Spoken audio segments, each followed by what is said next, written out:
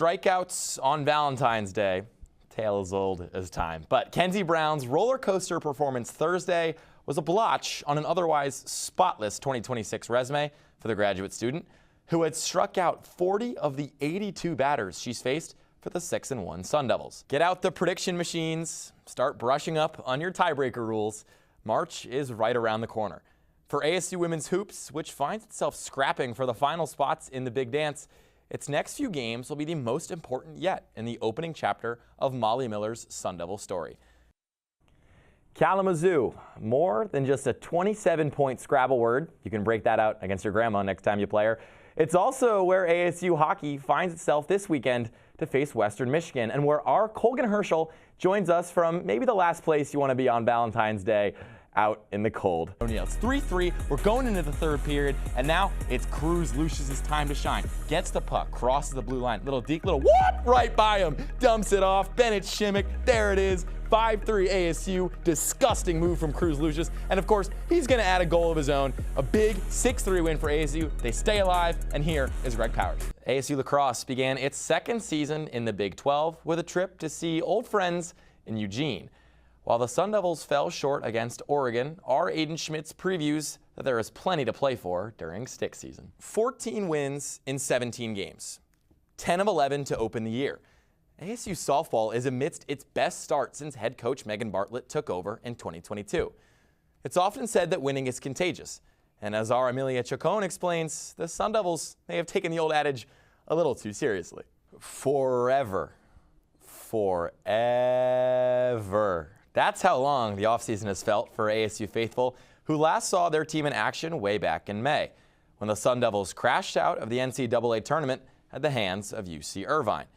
With its top 7 home run hitters off to the pros, ASU brought in a host of new faces to one-up its 2025 result. But, as our Mia Bensich lays out, Bloomquist's new kids on the block must follow a strict set of guidelines to avoid being remembered as L7 weenies. With less than a month until Big 12 championships and the bittersweet emotions of senior day fast approaching, ASU gymnastics is faced with the perennial question of college sports. What or who comes next? After sealing a 25-23 comeback win over West Virginia late on Saturday, Kenny Dillingham was more than his usual jovial self. He sat down at his post-game press conference in front of media and fans alike tuning in and said the 3 words that Arizona State faithful had wanted to hear for months: I'm not leaving. Of course, Arizona State is Dillingham's alma mater, but when 3 high-profile jobs open up featuring 2 programs that went to the college football playoff semifinals and Florida, people are always going to wonder what those programs are willing to spend to bring in a coach of Dillingham's caliber, and moreover, what those programs can spend to bring in the players that Dillingham might want. When Sir Isaac Newton developed his theory of gravity, you'd think he would have spent more time considering outliers, particularly the curious case of Sun Devil basketball, whose 160-pound point guard has shouldered more and more weight as ASU has embarked on a roller coaster campaign. Oh, I gotta give Easton some credit. I can probably count on one hand the number of times the word osmosis has not sent my brain hurtling towards a nap. But a couple of guys that I'm sure also don't miss their AP biology days are Alex Martinez and Jacob Fredericks, joining us live from Denver, where ASU hockey has its back against the wall in its final regular season series. Gurevich makes the first, splashes the second, and ASU has cut the deficit to 4 with 18 minutes left in the second half as a full court press is deployed. And I like that from Bobby Hurley. Try to put as much pressure on this Colorado team as you can and try to build the momentum at the same time. Hargis breaks it and then swings it left wing Holland, who stares down Obed and gives it back to Hargis. Kick to the corner, Johnson triple, short. Grivovich went up and got it again. 2 strong rebounds for the power forward so far in the second half. Up ahead, Mukeba, nobody around him. The layup is good and the foul. Odom all kinds of fired up. Great outlet pass from the senior. And the grad-student connection lets ASU with a chance to cut this to a 1-point deficit with Mukeba at the line. It kind of felt like Mukeba at the last second switched from maybe dunking that ball to then just laying it in and making sure he got the shot. Nonetheless, smart decision, and ASU a 7-0 run within the first minute and 25 seconds of this first half. Mukeba gets the free throw to go, so it's 41-40 with 17:39 in what felt like the blink of an eye. ASU has clawed its way right back into this one. Coaches always talk about punching first in the second half. Well, Odom probably thought he got punched before the halftime even started when he ran into Malone. But ASU responds with a haymaker, and we're back to a game here in Boulder, as Hargis will bring it across the timeline with his heels on the Buffalo's tail. Give it up to Ranchik. Ranchik over to Johnson. Back to Ranchik on that left wing. He gets it down low to McKaylee. He tries to spin into Jock, slid his feet, and that's a travel. Yeah, you can just see the court presence from ASU. They look a lot more energized in the second half. It felt like at parts in that first half, they really were just sort of beating one another up. It didn't have a whole lot of energy with them, but maybe that was a message from Bobby Hurley at halftime about his guys just keeping positive on the court when things are going their way. Sun Devils rocking the maroon jerseys for the first time all season. And this one, as they match up against Colorado, donning white from head to toe. As it's Grivovich who seeds the ball to Jop at the top of the key.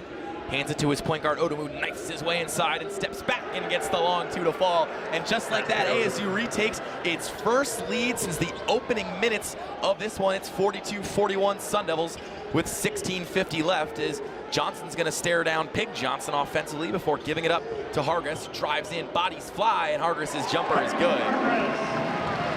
And the lead goes back to Colorado with 16:30 and counting left in the second half. Odom angles left, hops back now. The deep triple is up and down for a three-pointer. Mo Odom's got the bench throwing up threes as the Sun Devils take a 2-point lead. Colorado quickly trying to respond here. It's in the hands of Hargis. He'll get a screen and kick out to Johnson, who's immediately doubled. Gives it up to Ranchik, who throws inside. They're going to say a foul down low. Jop and Malone were jousting for position. And that will be number 2 on Masamba Jop. Yeah, and going back to those shots from Mo Odom, back-to-back step-back jumpers. And when we see Mo Odom make plays like that a lot, similarly to how he made plays early on in the season, that's when ASU is at its best. It's fitting that they would regain the lead for the first time when Mo Odom is making good shots. He's going to need to continue to do that for ASU. Hargis hangs and gets the rattler to go from the left hash. As Colorado ties this at 45 as we're inside of 16. The next stoppage will take us to a timeout. But for now, ASU probably playing basketball and content to keep playing. It doesn't need any sort of timeout as Johnson angles off the screen out to Mukeba, puts his shoulder into the defender. They're going to say he was fouled. It looks like it was Hargis who got a little too handsy on the drive. And that will take us to the under 16 timeout. Boos raining in from the Colorado student section, not happy with the call. Looks to be Dylan Lee on the field again. Back in pistol formation, brings the receiver in motion left to right, takes a snap, fakes the jet sweep, hands it off. Dylan Lee cuts one, makes another one miss, and he's tackled just before the 50. 3 straight runs, 3 straight chunks for Iowa State. It'll be second and short. Looks like the tackle was made by Keyshawn Elliott, ASU's leading tackler on the season. And Iowa State, they're thinking back to last week, they were tied against BYU heading into the 4th. And they weren't able to come out on the winning end of that one. They're wanting to make this look good heading into the 4th and hold true. 2:08 and counting in the 3rd. ASU leads by 8. Ball at midfield. Beck takes a snap on 2nd and 1. Play action, trying to dial someone up down the field. Floats it towards the secondary. He's got a receiver. Caught inside the 20. Pushed out of bounds. It was Chase Soule. Climbed the ladder and yanked it down. Boogie Wilson not there in time, only there enough to make the tackle. And as the rain returns, as does the juice to this building, the t-shirt, shirtless, waving section, whatever you want to call it, is in full force. Beck shotgun, takes a snap, fakes it, float ball to the corner, trying to go up. A lot of contact and a flag. Pointing straight at Abney's face is Chase Soule. He's been the #1 target. And it looks like all indications say will be pass interference on ASU's corner. Pass interference, *1. Defense, spot foul, automatic, first down. There could be an argument that it was out of reach, but I think Soule gets there. Lots of hand fighting there. It's pretty hard to not call that one. So, wow, just like that, you and I were talking about how this stadium looked dead to rights. This team looked like they were cooked, but ASU can't convert on that 3rd and 8. And all of a sudden, it's 1st and goal for Iowa State at the 6, trailing by 8. Minute 34 left in the 3rd. Becked in shotgun. puts the tight end in motion, takes a snap, now runs power to his right. He's got blockers ahead, cutting towards the 1 yard line, and he's swung down. Martell Hughes made the tackle. So Iowa State will have 2nd and goal from the 2. And expect Beck to do a little quarterback running of his own. He has 7 rushing touchdowns this season. Not a lot of yards, but a lot of scores. They like to use him to find pay dirt. As ASU going to make some defensive substitutions. Crew Jackson, the rarely used senior linebacker, comes on the field. He's always active on special teams. Jacob Rich-Kangaika, big 9'8", is down there in the gap. Fans starting to get pretty loud here at Ames as they see their team with an interesting old-fashioned formation. 3 players in the backfield in addition to Beck. He's got a lot of tight ends in front of him. Takes snap, direct snap to the running back, couple cuts, but a great tackle made and a finishing move by Justin Watley. It was Crew Jackson who got him down. It was Justin Watley who finished him off. And a double homicide for ASU as 2 players in on the stop. It'll be 3rd and goal from the 2. Yeah, old-time formation, and thankfully they're not wearing leather helmets like they were back then. We're talking about a quick trip to the ER. That was a big-time pop. Abney on for Jackson as Iowa State shows a more wide formation. Players checking their wristbands, and here comes the rain. 2 receivers, bottom of the screen. One of them's a tight end. Back in pistol formation behind him, Dylan Lee. Puts a receiver in motion right to left, now settles. Takes a snap, hands it off. No, rather play action, pop pass, in and out of the hands, but a flag. It was right in the hands of Carson Brown. He had nobody in his zip code, but the rain made it hard to catch. They're going to say pass interference. It looks like indicating it's on Iowa State for a pick play near the line of scrimmage. This is a big penalty. Do you accept or decline if you're Dillingham? He's going to say he wants to Pass take it. interference, number 18. Offense, 15-yard penalty, 3rd down. So they're going to accept it. 15 yards, he backed him up. I can understand this from Dillingham, though, because other than that, it's 4th and 1.